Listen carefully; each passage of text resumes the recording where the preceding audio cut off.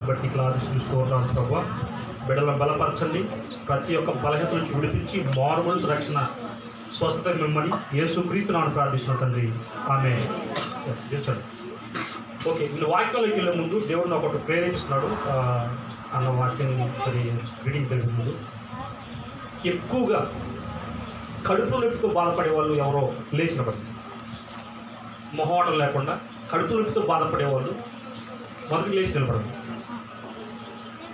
So పరిశుద్ధాత్మ దేవుడు నన్ను ప్రార్థన చేయమని అడుగుతూ ఉన్నాడు. కడుపు నొప్పితో సివియర్గా ఎక్కువగా బాధపడేవాడు కడుపు నొప్పితో, ఓకే, స్త్రీలైనా పురుషులైనా నా తెలియదు. ఓకే, చదువు పెడుతుంది ప్రార్థన. ప్రభువా, ఇదిగో మాకు ప్రేరేపించారు ప్రభువా, ఈ యొక్క నొప్పితో ప్రభు బిడ్డ బాధపడుతుందో యేసు క్రీస్తు నామంలో ఆ ప్రతి నొప్పి యేసు నామంలో తొలగిపోవుగాక. పరిపూర్ణ స్వస్థత ప్రభా బిడ్డగా దయచేసి అద్భుతమైన యొక్క సాక్ష్యంగా నీ రక్షణకరమైన బిడ్డగా జీవించుకోవడం యేసుక్రీస్తు నామమున ప్రార్థిస్తున్నాను తండ్రి, ఆమేన్. ఓకే, మంచిది, చాలా సంతోషం. ఓకే, ఈరోజు చాలా వరకు క్రైస్తవులు ఎరుగుకనే క్రిస్మస్ దినాన చాలా గొప్పగా సెలబ్రేషన్ చేసుకుంటూ ఉంటాం. అంటే బట్టల విషయంలోనే కానీ, ఆహార విషయంలోనే కానీ, సో మనిషి ఉండే ఆ యొక్క ఆభావ విషయంలో కానీ ఈ ఒక్కరోజు మాత్రం బాగా మారిపోవడం చూస్తుంది. అంటే ఈ నెల మొత్తం కూడా, అంటే పోయిన డిసెంబర్ 25 నుంచి ఈ నెల 25 వరకు కూడా చాలా ఘనంగా దేవుని ఆరాధించడము, దేవుని సన్నిధికి వెళ్ళడము, దేవుని వాక్యం వినడము, పాటలు పాడటము, స్తుతించడము చేస్తూ ఉంటారు. అయితే దేవుడు ఎల్లప్పుడూ కోరుకున్నాడు స్తుతించాలని, హల్లెలూయా, ప్రతి దినము ఒకేలాగా జీవించాలని కోరుకున్నాడు. కాబట్టి మాకు ఈ ఒక్క రోజు మాత్రమే క్రిస్మస్ కాదు, ప్రతిరోజు మాకు క్రిస్మస్, హల్లెలూయా. అయితే ప్రతిరోజు ఇలాగా కోట్ వేసుకొని నేను వాక్యం చెప్పలేను, అవునా? ఎందుకని నేను ఎక్కడో పోయి చెట్లలో కూర్చుంటాను, కొండలలో కూర్చుంటాను, లేకుంటే ఇంట్లోనే కూర్చో, లేకుంటే ఈ చర్చిలోనే కూర్చుంటాను. సో కూర్చోడానికి అనుకూలత కావాలి కాబట్టి ఇలాగ నేను డిగ్నిటీగా రెడీ అయ్యి వచ్చి మీకు వాక్యం నేను చెప్పలేను. అయితే ఈ భూమి మీద యేసుక్రీస్తు వారు వచ్చిన ప్రథమమైన కారణము ఒకటి ఉంది. అది చాలామంది చెప్తున్నారు కానీ దాని లోతుకెళ్ళి చెప్పలేకపోతున్నారు. వాక్యాన్ని ప్రకటిస్తున్నారు కానీ దాని లోతుకెళ్ళి చెప్పకపోవడం వల్ల, అది వాళ్ళకి అందకపోవడం వల్ల వాళ్ళు ఫలించి ఇతరులకు చెప్పలేకపోతున్నారు. ఈరోజు మీరు ఆ లోతులోకి వెళ్ళి అనేకులకు యేసు నామాన్ని ప్రకటించే బిడ్డలకు మారుదురుగాక. ఎందుకని ఈరోజు మీరు ఎరుగకనే ఇక్కడికి వచ్చారు. ఓకే, బంధువులు పిలిచారనో, లేకుంటే ఈరోజు ఎలాగైనా చర్చికి వెళ్ళాలనో, అవునా? ఈరోజు క్రిస్మస్ వేసే పుట్టింది కాబట్టి నాకు ఎక్కడ ఒక చోట ఊర్లో కానీ, ఒక గ్రామంలో కానీ, ఒక పక్క రాష్ట్రంలో కానీ, పక్క దేశంలో ఉన్నప్పుడు నాకు సహాయం చేశాడు. కాబట్టి ఈరోజు నేను వెళ్ళిపోయి దేవుని గడపాలని ఒకవేళ వచ్చినప్పటికీ కూడా దేవుడు నేను లోతుకి తీసుకెళ్ళి గొప్ప స్థాయిలో తీసుకెళ్ళిపోతున్నాడు, హల్లెలూయా. ఎందుకంటే దేవుని చిత్తం ఈ భూమి మీద మనము జీవించాలని మొట్టమొదటిసారి ప్రణాళిక ఒకటి ఉంది, వేరేది ఏమీ లేదు, అవునా? ఏదో చూద్దాం. అది లూకా సువార్త 2వ అధ్యాయము, లూకా సువార్త 2వ అధ్యాయము. ఇది అందరూ ప్రకటించేదే, ఎల్లప్పుడూ ప్రకటించేదే. కానీ ఈరోజు మనము వేరుగా తెలుసుకున్నాం, వేరుగంటే డిఫరెంట్గా దీని గురించి తెలుసుకున్నాం. 2వ అధ్యాయము లూకా సువార్త, పేజీ నెంబర్ 51, కొత్త నిబంధన, 10-11 వచనాలు. అయితే ఆ దూత భయపడకుడి, ఇదిగో ప్రజలందరికీ కలగబో మహా సంతోషకరమైన సువర్తమానము నేను మీకు తెలియజేయుచున్నాను. దావీదు పట్టణమందు నేడు రక్షకుడు మీ కొరకు పుట్టి ఉన్నాడు. ఈయన ప్రభు అయిన క్రీస్తు, హల్లెలూయా. ఈ వాక్యం ఎన్ని సంవత్సరాల నుంచి అంటున్నారు? ఎంతమంది అంటున్నారు? తెలుసుకున్న కానీ తింటున్నా ఉంటారు. నాకు తెలుసు 10 సంవత్సరాలు కావచ్చు, 15 సంవత్సరాలు కావచ్చు, 5 సంవత్సరాలు కావచ్చు, 2 సంవత్సరాలు కావచ్చు, ఒక 3 నెలల నుంచి కావచ్చు, కానీ ఈ వాక్యం వింటూనే ఉంటారు. కాబట్టి ఏమంటున్నాడు? ప్రజలకు అందరికీ అంటున్నాడు, ఒకరికే కాదు. ఎంతమంది అయితే భూమి మీద నివసిస్తున్నారో, పుట్టారో, చనిపోయారో, రాబోతున్నారో, పుట్టబోతున్నారో వాళ్ళందరికీ ఏది? మహా సంతోషకరమైన సువర్తమానము. ఈ వార్త నీకు శుభవచనాన్ని తెలియపరుస్తుంది. నువ్వు అనారోగ్యంతో వచ్చిన, వ్యాధి బాధలతో వచ్చిన, గడ్డుతనంతో వచ్చిన, వివాహం జరగకపోచ్చినా, జాబ్ లేకొచ్చిన, అప్పుల్లో వచ్చిన, కుటుంబంలో భార్య భర్త సఖ్య సమానాలు లేకుండా విడబాటులో ఉన్నా, ఒంటరిగా జీవిస్తున్నా, ఒకవేళ భర్త లేక విధవరాలుగా జీవిస్తున్నా, నీకు ఈరోజు సువర్తమానం అందించబడుతుంది. హల్లెలూయా. ఎందుకంటే మీ కొరకు ఎవరు పుట్టాడు? నేడు రక్షకుడు పుట్టినాడు. వాస్తవానికి ఈ వాక్యం ఎప్పుడు, ఇందాక సార్ చెప్పినట్టుగా 2025 సంవత్సరాల క్రితము ఆయన జన్మించాడు. కానీ ఈరోజు మనం మాట్లాడుకోవడానికి గల కారణం అంటే ఈ వాక్యము నిన్న నేడు నిరంతరము ఒక్కటి రీతిగా ఉంటుంది. హల్లెలూయా. అప్పుడు జన్మించిన ఆయన ఇప్పుడు కూడా జన్మించాడు నీ హృదయంలో. హల్లెలూయా. అందుకే ఈ వాక్యం నీ దగ్గరికి వచ్చింది. కాబట్టి నేడు రక్షకుడు మీ కొరకు పుట్టి ఉన్నాడు. ఈయన ప్రభు అయిన క్రీస్తు. అవునా? ఎవరైనా రక్షకుడు ఎవరికి? మీకే, మనకే. అయితే చూడండి, ఈ రక్షకుడు ఎలా జన్మించాడో చూడండి. 2వ అధ్యాయము మొదటి 7వ వచనం చదువుకున్నాం. ఆ దినములలో సర్వలోకమునకు ప్రజా సంఖ్య రాయవలెనని కైసరు ఔగుస్తు వలన ఆజ్ఞాయను. ఇది కురేనియా సిరియా దేశమునకు అధిపతి అయి ఉన్నప్పుడు జరిగిన మొదటి ప్రజా సంఖ్య. అందరూ ఆ సంఖ్యలో రాయబడ్డకు తమ తమ పట్టణములకు వెళ్ళింది. యోషోబు దావీదు వంశంలోను గోత్రంలోను పుట్టినవాడు గనుక తనకు భార్యగా ప్రదానము చేయబడి గర్భవతి అయి ఉండిన మరియతో కూడా ఆ సంఖ్యలో రాయబడ్డకు గలిలయలోనే నజరేతు నుండి యూదయలోనే బెత్లెహేము అనబడిన దావీదు ఊరికి వెళ్ళెను. వారక్కడ ఉన్నప్పుడు ఆమె ప్రసవ దినములు నిండెను గనుక తన తొలిచూరు కుమారుని కని పొత్తిగుడ్డలతో చుట్టి సత్రంలో వారికి స్థలము లేనందున ఆయనను పశువుల తొట్టులో పరుండబెట్టును. హల్లెలూయా. ఇది నేను చెప్పాలనుకుంది. ఇందాక 11వ వచనంలో ఏం రాయబడింది? నేడు మీ కొరకు రక్షకుడు పుట్టి ఉన్నాడు, ఈయన ప్రభు అయిన క్రీస్తు. అయితే ఈయన ఎలా పుట్టాడు? పశువుల పాకలో జన్మిస్తే సత్రం లేదు, స్థలం లేదు, లేని ఆయన ఎక్కడ చేశాడు? పొత్తిగుడ్డలతో చుట్టి, అవునా, ఆ తొట్టి ఉంటే తొట్టిలో పండుకోబెట్టాడు. హల్లెలూయా. రక్షకుడు ఇంత దరిద్రంగా వస్తాడా? ఈయన గురించి మనం తెలుసుకోవాలా? ఎంతమందికైనా ఎప్పుడైనా డౌట్ వచ్చిందా? ఎంత దరిద్రంగా ఈయన పశువుల తొట్టులో స్థలం దొరక, ఒక సత్రంలో పశువుల సత్రంలో స్థలం దొరక్క తొట్టులో పండుకోడే దీనస్థితి ఏంటి?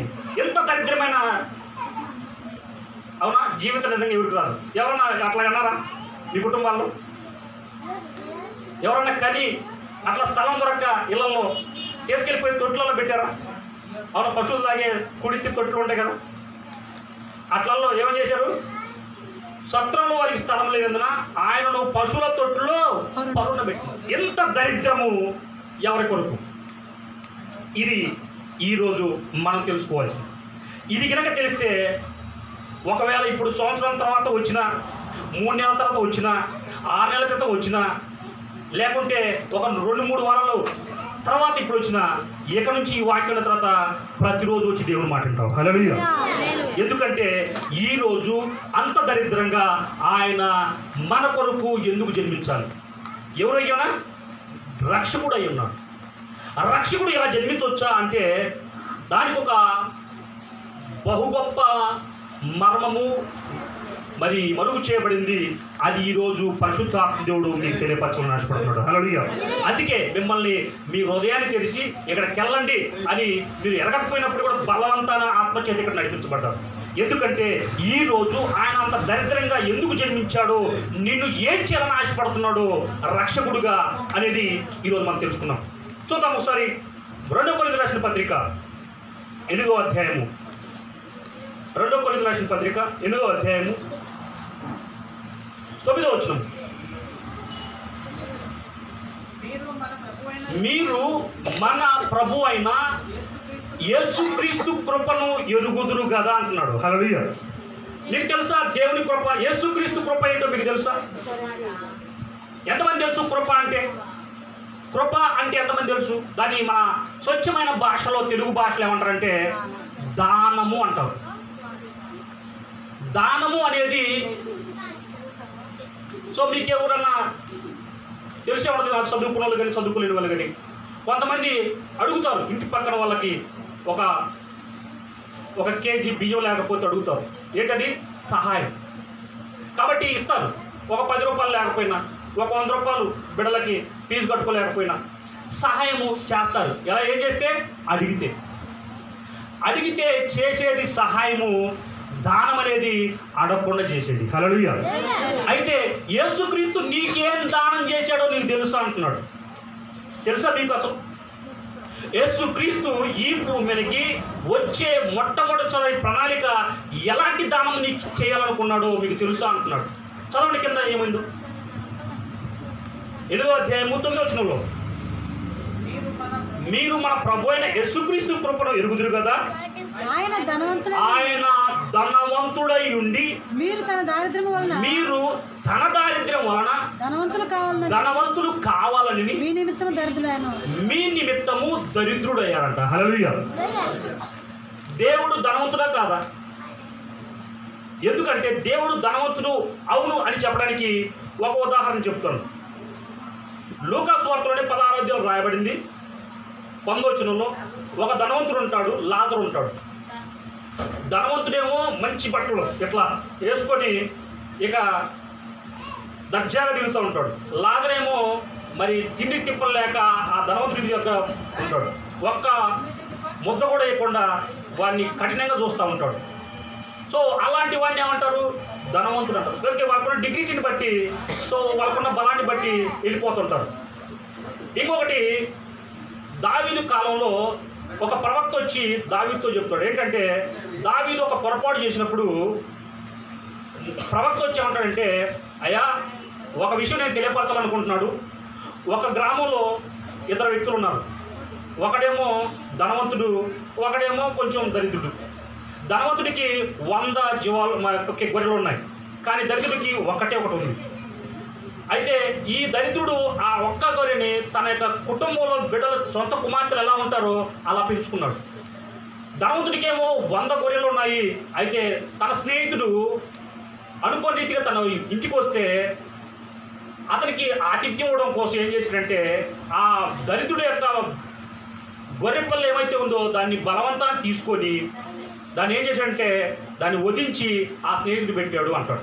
అంటే ధనవంతుడికి 100 ఉన్నాయి, అయినప్పటికీ కూడా లేని వాడి దగ్గర నుంచి లాక్కోవచ్చు. అంటే ధనవంతుడికి ఏముంది? బలం ఉంటుంది. ధనవంతుడి యొక్క మాట నెరవేర్చబడుతుంది. ఎంతమంది నమ్ముతారు? ధనవంతులు కారు దిగుతున్నా కూడా వాళ్ళకి రెడ్ కార్పెట్ చేస్తారు. ధనవంతులు ఎక్కడైనా కనపరుస్తారు. ఎంతమంది అందరూ పొగుడుతూ ఉంటారు.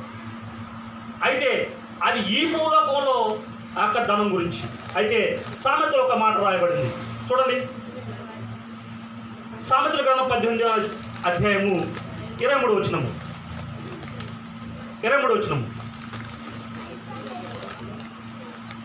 సామెతలు 18:23 వచనము చదువుతారా? దరిద్రుడు బతిమాలి మనవి చేసుకుంటాడంట, ధనవంతుడు దురుసుగా ప్రవర్తిస్తాడంట. కూర్చో. ఎవరికి? ధనవంతుడికి. దరిద్రుడు అయ్యా అయ్యా చెప్పండి అయ్యి పని, అయ్యా ఒక దెబ్బ కొడుతున్నా, అయ్యా అయ్యా నాకు తప్పైందండి. దరిద్రుడేమో మనవి చేసుకుంటాడు, అడుక్కుంటాడు. ధనవంతుడు దురుసుగా, ఏంట్రా నువ్వు మాటలేస్తుంది, అవునా కదా? సో దరిద్రుడికి ధనవంతుడికి ఉన్న తేడా ఇలా ఉంది. అయితే మన దేవుడు ధనవంతుడై ఉన్నాడు. హల్లెలూయా. ధనవంతుడై ఉండి ఈ భూమి మీదకి ఆయన అడుగెట్టాలని ఆశపడుతున్నాడు. చెప్పాను కదా రాత్రి మీకా గ్రంథంలో 2వ అధ్యాయం, అవునా, 1వ అధ్యాయం 2-3 వచనాలు రాయబడింది. ఆయన భూమి యొక్క ఉన్నత స్థలం మీద నడవబోతున్నాడు అని రాయబడింది. అంటే గొప్ప స్థలం, ఇతర స్థలంలో మరి ఆయన నడవాలని ఆశపడుతున్నాడు. కానీ ఈ భూమి మీద ఆయన ఉన్నతమైన స్థలాల్లో అవునా నడవాలని ఆశపడి కిందికి రావాలనుకున్నప్పుడు మనం ఏ స్థితిలో ఉన్నాము? ఎక్కడో లోయలో ఉన్నాం, ఎక్కడో దరిద్రంలో ఉన్నాం, ఎక్కడో అప్పుల్లో ఉన్నాం, ఎక్కడో ఇరుకుల్లో, ఇబ్బందుల్లో, కష్టాల్లో, వేదల్లో, సమస్యల్లో ఇక బయటికి రాలే స్థితిలో మనం ఉన్నాం. అయితే దేవుడు అంట చూశాడంట నిన్ను అన్నాడు. హల్లెలూయా. అరే నేను భూమి మీదకి వెళ్ళాలని కోరుకుంటే నా బిడ్డలు మొత్తం ఎలా ఉన్నారు? దరిద్రులుగా ఉన్నారు. ప్రతి విషయంలో దరిద్రత, ప్రతిదీ ఇతరులని అడుక్కుని యాచించే పని. ఎప్పుడు ఇవ్వాలని కోరుకునే పరిస్థితి లేదు. కాబట్టి నేను భూమికి వెళ్ళాలని కోరుకుంటున్నాను, కానీ నా బిడ్డలేమో అక్కడేమో ఉన్నతమైన స్థలంలో వాళ్ళు ఉండాలని కోరుకున్నాను, వాళ్ళ దగ్గర వాళ్ళలో ఉండి నేను నివసించాలని కోరుకున్నాను, కానీ వాళ్ళు ఉంటే కనుక పూర్తిగా దరిద్రులు ఉన్నారు. ప్రతి దానికి ధనవంతుడి మీద ఆధారపడుతున్నారు. ఏ ధనము? ఈ లోకధనం.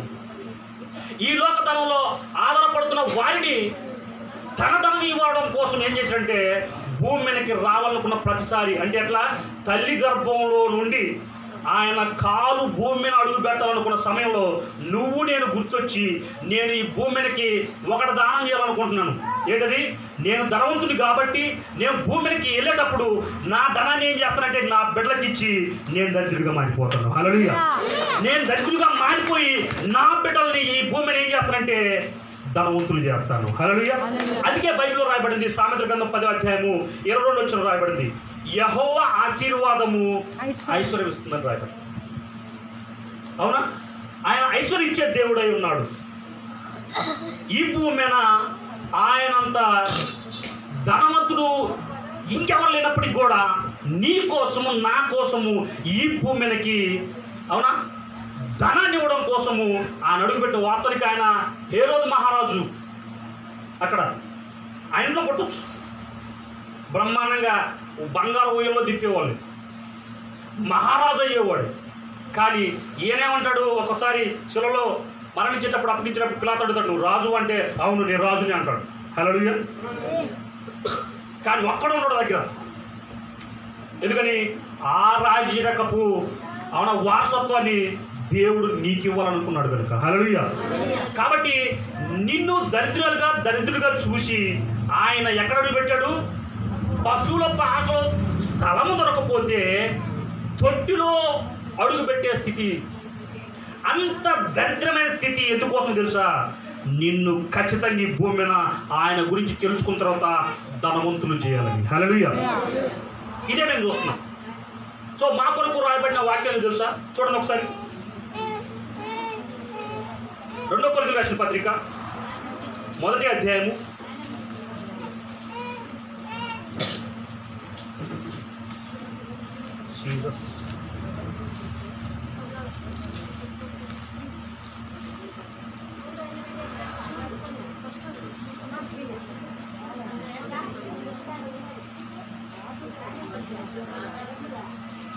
'తీసారా?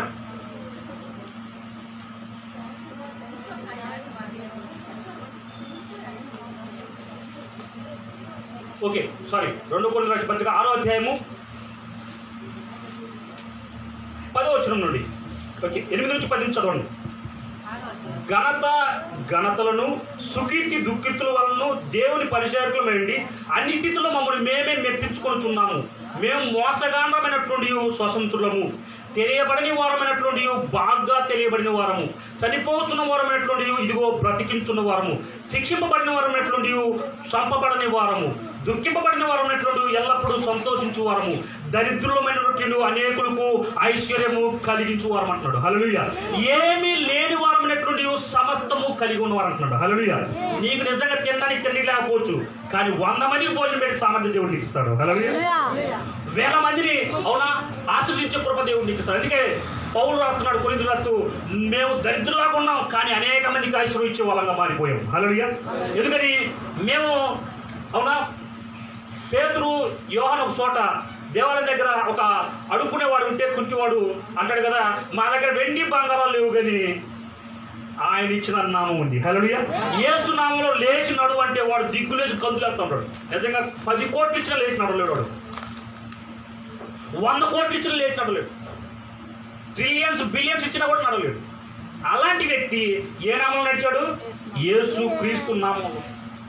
ఈ నామంలో ఏముంది? ఐశ్వర్యం ఉంది. హల్లెలూయా. కాబట్టి ఈ నామాన్ని బట్టి మేము మనం ఏమైనాము? ధనవంతులైనాము. హల్లెలూయా. ఎంతమంది నాకు తెలిసి ఈ రోజు నుంచి యేసుక్రీస్తు నామం ఇప్పటివరకు ఒకవేళ తెలియక మీరు పలకలేదేమో కానీ ఈ రోజు నుంచి యేసు నామంలో నాకు ఇది కలుగును గాక అంటే అది నీ కళ్ళ ముందు వచ్చి ఉంటుంది. హల్లెలూయా. ఎందుకని? ఈయన ఈ భూమి మీదకి నీకు ధనం ఇవ్వడం కోసమే మొట్టమొదటిసారి బయట ఈ భూమి మీదకి అవి పెట్టాడు తల్లి గర్భం నుంచి. నిన్ను నన్ను మనందరినీ ధనవంతులు చేయడం కోసం. కాబట్టి ఉండొచ్చు ఇలాగా దేవుడి సన్నిధికి వచ్చినప్పుడు, పాస్టర్ గారు కోర్టు అవసరమా మీకు? అవును, నేను ధనవంతుడిని క్రీస్తునందు. హల్లెలూయా. యేసు నామాన్ని బట్టి నేను ధనవంతుని ఎప్పుడైతే, ఎందుకంటే నాకు లేదనుకున్న ప్రతిసారి అత్యధికంగా దేవుడు ఇవ్వడం చూస్తున్నాను. హల్లెలూయా. ఈ రోజు నిజంగా ఎట్లా రేపు పొద్దున ఎలాగా చర్చిలో భోజనం పెట్టాలనుకున్న సమయంలో దేవుడు ఆ మరుక్షణమే అకౌంట్లో డబ్బులు తీసుకురావడం చూస్తున్నాను. ఇలా ఎన్నోసార్లు జరిగింది. నేను ఇక్కడ చెప్తా ఉంటాను, అక్కడ డబ్బులు వస్తూ ఉంటాను. ఎట్లెట్ట పాస్ గారు ఇటు జరుగుద్దా అంటే బైబిలేనా నేను చెప్పేదా? మేము దరిద్రులమై ఉన్నట్టు అనేకులకు ఐశ్వర్యం ఇచ్చేవాడు. మాకే కాదు, మొదటికి ఇతరులకు ఇచ్చాడు. అప్పుడు నాకు ఆశ కలిగింది. ఒక సిస్టర్ వచ్చిందనమాట, వచ్చి కారులో వచ్చి, బ్రదర్ 1 కోటి రూపాయలు వస్తే అందులో 50 లక్షలు మనకు వస్తాయి బ్రదర్, అందులో వస్తే కనుక నేను వచ్చి నీకేదో సహాయం చేస్తాను. నాకేం సహాయం చేద్దామా, నేను ప్రార్థన చేస్తాను. వారం రోజుకి ఆ డబ్బులు వస్తే వాళ్ళ ఇంటికి తీసుకెళ్ళిపోయి ఒక 3 రోజులు ఉంచుకొని ప్రతిరోజు అనేకులు పిలిపించేసి చికెన్ బిర్యానీ పెట్టించేసి ప్రార్థన పెట్టించేది. అనేకులు మంది తీసుకెళ్ళిపోయి ప్రార్థన చేసిన 3 రోజులు. 3 రోజుల తర్వాత ఒక 6 డజను, ఒక 6 జతలు బట్టలు పెట్టేసి, అయ్యా మేము డబ్బులు ఇస్తే నువ్వు గుర్తుంచుకుంటూ లేదు నాకు తెలియదు, కానీ నాకు ఇది ఇవ్వాలనిపించింది, 6 జతల బట్టలు కొనిపించాలనిపించింది. ఎందుకు తెలుసా, నువ్వు అన్నట్టుగా 1 కోటి రూపాయలు వచ్చినాయి, అందులో 50 లక్షలు నాకు వచ్చినాయి. హల్లెలూయా. అరే నిజమే, వాళ్ళకి 50 లక్షలు వచ్చినాయి, నాకు అవునా 6 జతలు బట్టలు పెట్టారు, మరి నేను ప్రార్థన చేస్తున్నా జరగాలి కదా. హల్లెలూయా. అది ప్రార్థన చేస్తున్న ప్రతిసారి కూడా అనుకునేవాళ్ళం, సో కారు వస్తే బాగుండు, అవునా, ఇంట్లో ఏసీ పెట్టుకుంటే బాగుండు, అవునా, ఒక వాషింగ్ మిషన్ ఉంటే బాగుండు, ఒక ఫ్రిడ్జ్ ఉంటే బాగుండు, ఒక బీరో ఉంటే బాగుండు, ఒక మంచం ఉంటే బాగుండు అనుకునేవాళ్ళం మేము. అయితే అనుకోవడం కాదు, ఆ రోజు నుంచి రాసుకోవడం మొదలుపెట్టి ఏ నామంలో, యేసుక్రీస్తు నామం. యేసుక్రీస్తు నామం నాకు కారు వచ్చుడుగాక, ఏసీ వచ్చుడుగాక, ఫ్రిడ్జ్ వచ్చుడుగాక. ఇలా అడగొచ్చా? ధనవంతులు ఏమడిగిన వాళ్ళ దగ్గర ఉంటుంది. హల్లెలూయా. ఎందుకంటే నువ్వు అనుకుంటే చాలు, అక్కడ ఇవ్వడానికి ఎవరు సిద్ధంగా ఉన్నాడు? ధనవంతుడైన ఆయన ఈ భూమి మీద దరిద్రం వచ్చింది నీకు ధనం ఇవ్వడం కోసం. కాబట్టి ఈ భూమి మీద నువ్వేమడినా ఇవ్వడానికి గల కారణం ఏంటంటే, ఈ భూమి మీద ఇవ్వలేని దేవుడు పరలోక రాజ్యం తీసుకెళ్తాడా? నాకు డౌటే. నా దేవుడు ఈ భూమిని ఇస్తాడు, పరలోక రాజ్యం ఇస్తాడు. హల్లెలూయా. ఎందుకంటే అందుకే ఆయన ఒక ప్రార్థన నేర్పించాడు, పరలోకమందు తండ్రి చిత్తం నెరవేర్చబడినట్లుగా భూమి మీద కూడా నెరవేర్చబడాలి. పరలోక రాజ్యంలో ఎల్లప్పుడూ అందరూ స్తుతి గానాలు, పరిశుద్ధులు పరిశుద్ధులు పరిశుద్ధులు పరిశుద్ధులు ఎందుకు అంటారంటే అక్కడ ఆరోగ్యం లేదు, అక్కడ కొట్టుకోవడాలు తిట్టుకోవడాలు, అక్కడ ఇతరులు ఎక్కువ బాగుపడిపోయేటప్పుడు నేను తగ్గిన అనేది ఉండదు. తినడానికి తిండి ఒకరికి ఎక్కువ ఒకరికి తక్కువ. నాకు చికెన్ బిర్యానీ, మీకు మామూలుగా పప్పు చారు బెటరు. నాకు కోటు, మీకు మామూలు బట్టలు కాదు, అందరికి ఒకే డ్రెస్. హల్లెలూయా. అందరికీ పరిశుద్ధాత్మ డ్రెస్. హల్లెలూయా.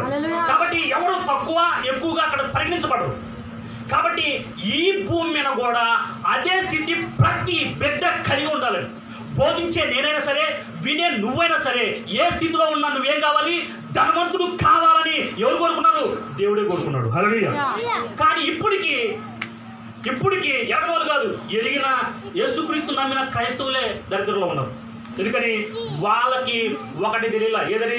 యేసు నామంలో అడగాలని. నిజమమ్మా, బైబిల్ పడుకుని చెప్తున్నాను. ఆ రోజు నుంచి 2019 నాకు ప్రొద్దుటూరులో బెల్లంపల్లి ప్రవీణ్ కుమార్ గారు పాస్టర్ గారు మీటింగ్ పెట్టారు. ఆ మీటింగ్లో పాస్టర్ ఏం చేసిందంటే, ఆమెకున్న చెవులు తీసేసి దేవుడు ఇమ్మని చెప్పేసి నన్ను వచ్చి అడిగింది అనమాట. నాకు ఇమ్మంటున్నాడు దేవుడు, ఈ సంఘానికి ఈ చెవులు ఇచ్చేయమంటున్నాడు అన్నప్పుడు నేను కదా, పాస్టర్ అమ్మా నువ్వు ఇవ్వాలనుకుంటే ఇచ్చే కానీ నాకు చెప్పగలనని చెప్పి ఆమె అందులో వేసి వచ్చింది. 2 రోజులు కొన్ని చోట్లకి వెళ్ళి ఆ చుట్టుపక్కల ప్రాంతం మాకు తెలుసు కాబట్టి చాలామంది ప్రార్థన చేసి వచ్చి మళ్ళీ సాయంత్రం వచ్చి కూర్చున్నాం. అయితే అక్కడ సార్ సిస్టర్ ప్రార్థన చేస్తున్నారు, నేను కూడా ప్రార్థన చేసిన, ప్రభువా ప్రవీణ్ అన్న కన్నా గొప్పగా అద్భుతాలు చేసే కృప ప్రభువా మాకు ఇస్తామని నేను నమ్మాలంటే ఈరోజు నాకేదైనా చేయండి, ఒక అద్భుతం చేయండి, అది నేను అందరికి చెప్పుకోవాలని చెప్పేసి నేను ప్రార్థన చేస్తున్నాను. అప్పటికి చాలా చేశాడు దేవుడు. కానీ నా జీవితంలో పర్సనల్గా ఆ రోజు నుంచి మొదలైంది ఆశ ఎక్కువ. ఎందుకని? ఇస్తున్నానంటే ఎవడైనా సరే వస్తారు లేదా? ప్రతి వారం ఒక 5,000 ఇస్తానంటే వస్తారు లేదా చర్చికి? ఒక్కొక్కరికి ఇంటింట్లో పిల్లగాలకు సహా ఒక్కొక్కరికి 5,000 ఇస్తానంటే ఎవరు ఎంతమంది రాకుండా ఉంటారు? రావా మనకు రాదంటారు. పెద్దక్క ఖచ్చితంగా వస్తారు. అవసరమైతే ఎన్ని పనులున్నా కానీ, పక్కన వాళ్ళు బంధువులు కాదు, ఎవరు తెచ్చిపోయినా కానీ నాకు అనవసరం, నాకు 5,000 కావాలి, నేనైతే వస్తాను. ఎందుకంటే నాకు డబ్బులు అవసరం. వాళ్ళు పోతే పోయారు, వాళ్ళు ఇస్తారు నాకు. ఈ ఉద్దేశం మామూలుగా ఉండేదేమో ఒకవేళ. అది చూడండి, ఆ రోజు నేను ప్రార్థన చేస్తున్నాను, పక్క అడుగుతున్నా, ప్రభు నిజంగా ప్రవీణ్ అన్న కన్నా నేను కూడా ప్రార్థన చేసి జరగాలి ప్రభు, ఆయనలాగా ఆయన కట్ట గొప్ప ప్రభు అని చెప్పినప్పుడు నా అకౌంట్లో డబ్బులు వచ్చింది. హల్లెలూయా.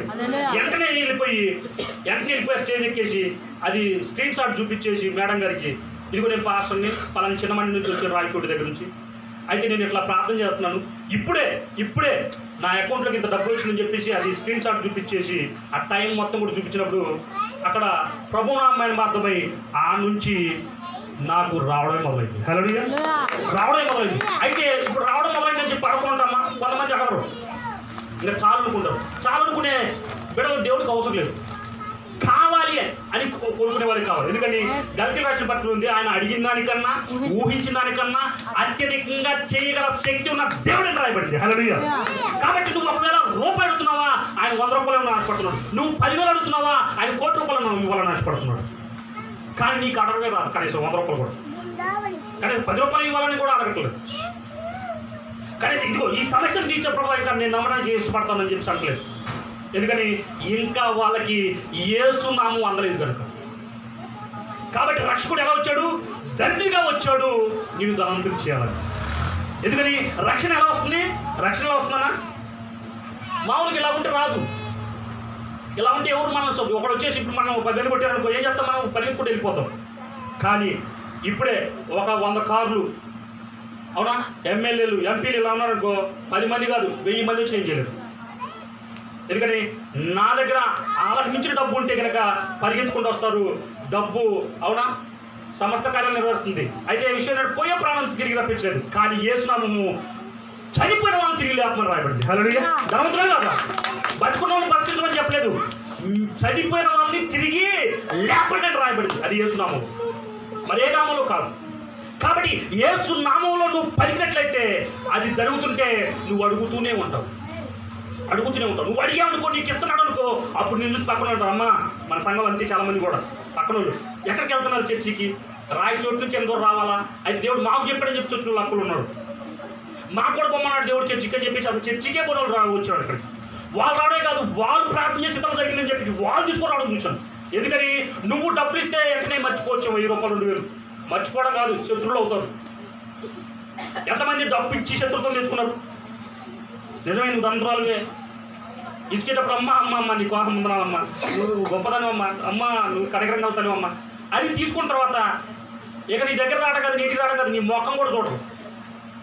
వాళ్ళ మొఖం నీకు అసలు చూపించరు. అవునా కదా? కాబట్టి నీ ధనము ఉపయోగం లేదు. కానీ యేసు నామం అనే ధనము నువ్వు ఎరిగితే కనుక నీ ఎమ్మటి నీ ఇంట్లో 1 రూపాయి లేకపోవచ్చు, 100 మంది చుట్టుపక్కల గ్రామాల నుంచి ఇంటికి వచ్చేస్తారు. అందరూ హల్లెలూయా. అందరూ వచ్చేసి సహాయం అడుగుతారమ్మా, ఒక్క మాట పలుకమ్మ యేసునామములో మాకు దొరుకుతుంది. ఇట్టి ధనవంతులుగా మీరు మారిపోదురుగాక. ఎందుకని ఆయన వచ్చిందే ఈరోజు నిన్ను నన్ను మనందరినీ ధనవంతులు చేయాలని. ఎందుకని ధనవంతుడు అయితే కనుక నువ్వు ఈ భూమి మీద దేన్నైనా వెళ్ళొచ్చు, ఏ ప్రాంతానికైనా వెళ్ళొచ్చు, ఎక్కడ నీకు అడ్డు అనేది ఉండదు. నీకు కావాలంటే నువ్వు తెలుగే కానీ నీకు ఇంగ్లీష్ రాదు, నీకు ట్రాన్స్లేషన్ చేస్తారు. నీకు నిజమే విమానంలో వెళ్ళాలి, నీకు తెలియదు టికెట్ కొంటావు, కానీ నువ్వు డబ్బిస్తే కొనేస్తాడు. అవసరం ఒక పిఏ పెట్టుకుంటూ వాడే నీ ప్రపంచ దేశాలు తిప్పుకొని వస్తాడు. నేను పట్టుకోకుండా నీకు టచ్ చేయకుండా బౌన్సర్లు కూడా వస్తారు చుట్టుపక్కల. అవసరమైతే నువ్వు గన్ను కూడా తెచ్చుకోవచ్చు, లైసెన్స్ ఇస్తాడు డబ్బున్నోడికి. తెలుసా ఈ విషయం? సెక్యూరిటీ కోసం. ఎందుకంటే నీ ప్రాణం ఎంత ఇవ్వలేదంటే నీకు దగ్గర 1,00,000 కోట్లు ఉన్నాయి కాబట్టి నేను ఎవరో నుంచి చంపకూడదని చెప్పేసి నీకేమిస్తారు? లైసెన్స్ ఇస్తారు, గన్ను కూడా.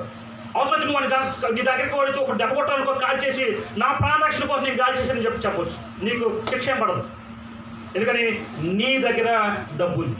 అయితే ఆ డబ్బుకు ఇచ్చే దేవుడు, ఆ డబ్బులు ఇచ్చే దేవుడు ఈరోజు నీలో ఉన్నాడు. హల్లెలూయా. ఆయన ఈరోజు నీలో జన్మించాలని ఆశపడుతున్నాడు. ఈరోజు నీలో నుంచి నువ్వు పలికిన ప్రతి మాట నెరవేర్చాలని ఆశపడుతుంది. అందుకోసమే ఆయన పశువుల పాకలో స్థలం లేని స్థితిలో కూడా పశువుల తొట్టులో పనులు పెట్టడం జరిగింది. నీకోసమే. నీవు ఇప్పుడు దాకా అప్పులో ఉన్నాయేమో, ఇప్పుడు దాకా అది ఆ ఇల్లు కట్టలేకపోతున్నాము, ఇప్పుడు దాకా ఆ పొలం కొనలేకపోతున్నాము, ఇప్పుడు దాకా ఆ యొక్క అప్పు నుంచి విడిపించబడలేక ఇతరులకు అప్పు నుంచి కూడా శత్రుత్వం తెచ్చుకున్నాము. నీ పరిస్థితి దేవుడు మార్చబోతున్నాడు. హల్లెలూయా. ఇప్పుడు ఒకవేళ నీ దగ్గర ఉన్న డబ్బులు పోయిన బాధపడుతున్నావు, దేవుడు అత్యధికంగా ఇచ్చి ఇంకా ఎక్కువ అప్పిచ్చేది ఆమె సామెత నీకే ఇవ్వబోతున్నాడు. ఎంతమంది అలా కావాలనుకుంటున్నారు? నిజమే 50,000 ఇంకా పాస్టర్ గారు చాలా బాధపడుతున్నాం. అయితే దేవుడు 1,00,000 రూపాయలు ఇస్తున్నాడు నీకు. ఇచ్చేయి అంతే, ఎవరైనా ఇచ్చేయి. ఎందుకని దేవుడి బిడ్డలు ఇచ్చేవాళ్ళే, తీసుకునే వాళ్ళు కాదు. అందుకే బైబిల్ రాయబడింది చూడండి ఒకసారి, మత్తయి సువార్త 10వ అధ్యాయము 6వ వచనం నుండి 8వ వచనాలు ఏమి ఇవ్వాలో చూడండి. ఇవి నిజంగా ఎలా కట్టలేదు. ఇశ్రాయేలు వంశంలోనే నశించిన గొర్రెల వద్దకు వెళ్ళండి, వెళ్ళుచు పరలోక రాజ్యము సమీపంగా ఉందని చెప్పి ప్రకటించినాడు. అంటే పరలోక రాజ్యం అన్నా, పరిశుద్ధాత్మ అన్నా, ఆశీర్వాదం అన్నా, ఐశ్వర్యం అన్నా, అవునా, మన యొక్క దేవుని నామము నీలోకి రావడం. కాబట్టి యేసు నామం నీకు ఎక్కడ ఉంది? నీ దగ్గరే ఉంది. నువ్వు రా అంటే నీలోకి వచ్చి అంత దగ్గరలో ఉంది. కాబట్టి పరలోక రాజ్యం సమీపంగా ఉందని ప్రకటించండి, రోగులని స్వస్థపరచండి, చనిపోయిన వారిని లేపండి, కుష్ఠరోగులు శుద్ధులుగా చేయండి, దయ్యములను వెళ్ళగొట్టండి, ఉచితంగా పొందుతులు కనుక ఉచితంగా ఇవ్వండి. హల్లెలూయా. దేవుడి బిడ్డలు ఉచితంగా ఇస్తారు ఏదైనా సరే, మళ్ళీ అడుక్కోరు. ఏమ్మా ఇచ్చారు 100 రూపాయలు మళ్ళీ ఇవ్వ, నాకు అవసరం లేదు అమ్మా, ఒక 20 రూపాయలు కావాలి నీకు, ఇచ్చేస్తాను. ఈ స్థితిలోకి మీరు ఎదురుగాక. ఎందుకని నీవు ఈరోజు ఇప్పుడు దాకా దరిద్రురాలు అనుకుంటున్నావు. దేవుడు ఆల్రెడీ నేను ధనవంతురాలు చేశాడు. నువ్వు అడిగితే చాలు, అయ్యా నాలోకి వచ్చి పనిచే ప్రభువా నీ నామం అని చెప్పేసి అడుగు. పరిశుద్ధాత్మ నీలోకి వచ్చి ప్రార్థన నేర్పిస్తాడు. తద్వారా నీ దగ్గరికి అందరూ గొప్ప తెప్పలకు వచ్చి నిన్ను ఆరాధన చేసుకుని బతుకుతాడు. ఆమేన్. ఎంతమంది అలా జీవించాలని కోరుకుంటున్నారు? ఎందుకని ఆయన వచ్చిందే నిన్ను ధనవంతురాలు చేయాలి. ఇంటి కృప మీ అందరికి కలుగులుగా, ఇంటి దానం మీ అందరికీ వచ్చునుగా, యేసునామని మీరు స్వతంత్రించుకుందురుగా. ఎందుకని యేసునామని ఎవరైతే పొందుకుంటారో ఈ రోజు కొత్తగా జన్మించి బిడ్డలాగా మారిపోతారు. వాళ్ళు అడిగింది అలా చూడండి. బిడ్డల పుట్టిన దగ్గర నుంచి ఇప్పుడే ఒకవేళ కనుక తల్లి ఆ పాప నాకు పాలివ్వండి అని అడుగుతారా? నాకు ఉగ్గు పెట్టండి అని అడుగుతారా? టయానికి నాకు స్నానం చేయించండి అని అడుగుతారా? నాకు బట్టలు లేకుండా ఏడు వస్తుందని చెప్పి అంటారా? అడగరు. అడగకపోయినా తల్లి అద్దె అన్ని సమయానికి అర్థం చేసుకుని ఇస్తుంది. అలాంటి మనసు కలిగిన దేవుడు నువ్వు కలిగి ఉన్నావు. హల్లెలూయా. నువ్వు అడగకపోయినా నీ ఎక్కడ కలిగిన దేవుడు నువ్వు అడుగుతుండగానే నిశ్చయంగా తన పరిశుద్ధాత్మ ఇచ్చి ఈ భూమి మీద నేను ధనవంతురాలుగా చేయాలనుకుంటున్నాడు. ఎంతమంది సిద్ధంగా ఉన్నారు అలాగే జీవించాలి, ధనవంతుడికి జీవించాలని నేర్చుకున్నాను. ఎంతమంది ఇతరులకి ఈ నామాన్ని ప్రకటించడం ద్వారా ధనవంతుడికి జీవించాలనుకుంటున్నాను. అయితే నాతో పాటు ప్రార్థన ఎక్కించాడు. ప్రభు నిజంగా ఇప్పుడు దాకా నువ్వు రక్షకులే, నిజంగా ప్రభు ఆ రక్షణ నేను చూశాం. కానీ ప్రభు పశువుల పాకల్లో పశువుల శత్రువుల స్థలం లేదు ప్రభు. తొట్టులో పడుకుంటే దీన స్థితి, దరిద్రమైన స్థితి ప్రభు మా కొరక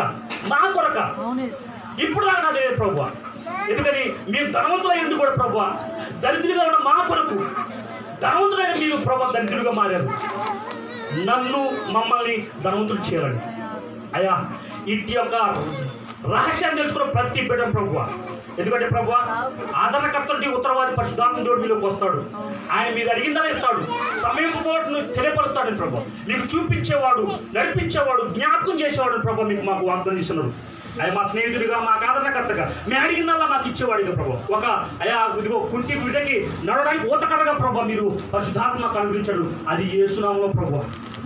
నీ నామం మేము ధరించుకోవడానికి సిద్ధపడుతుండగా, నీ నామం మేము జన్మించడానికి సిద్ధపడుతుండగా ప్రతి ఒక్కరిని నీ పరిశుద్ధాత్మ బలంతో ప్రభు, నీ మహిమైశ్వర శక్తితో ప్రభు, నీ ధనముతో ప్రతి బిడ్డ నింపబడులుగా చేస్తున్నాను. నీ పరలోక రాజ్యం యొక్క మహిమ ప్రతి బిడ్డపై దిగులుగా చేస్తున్నాము.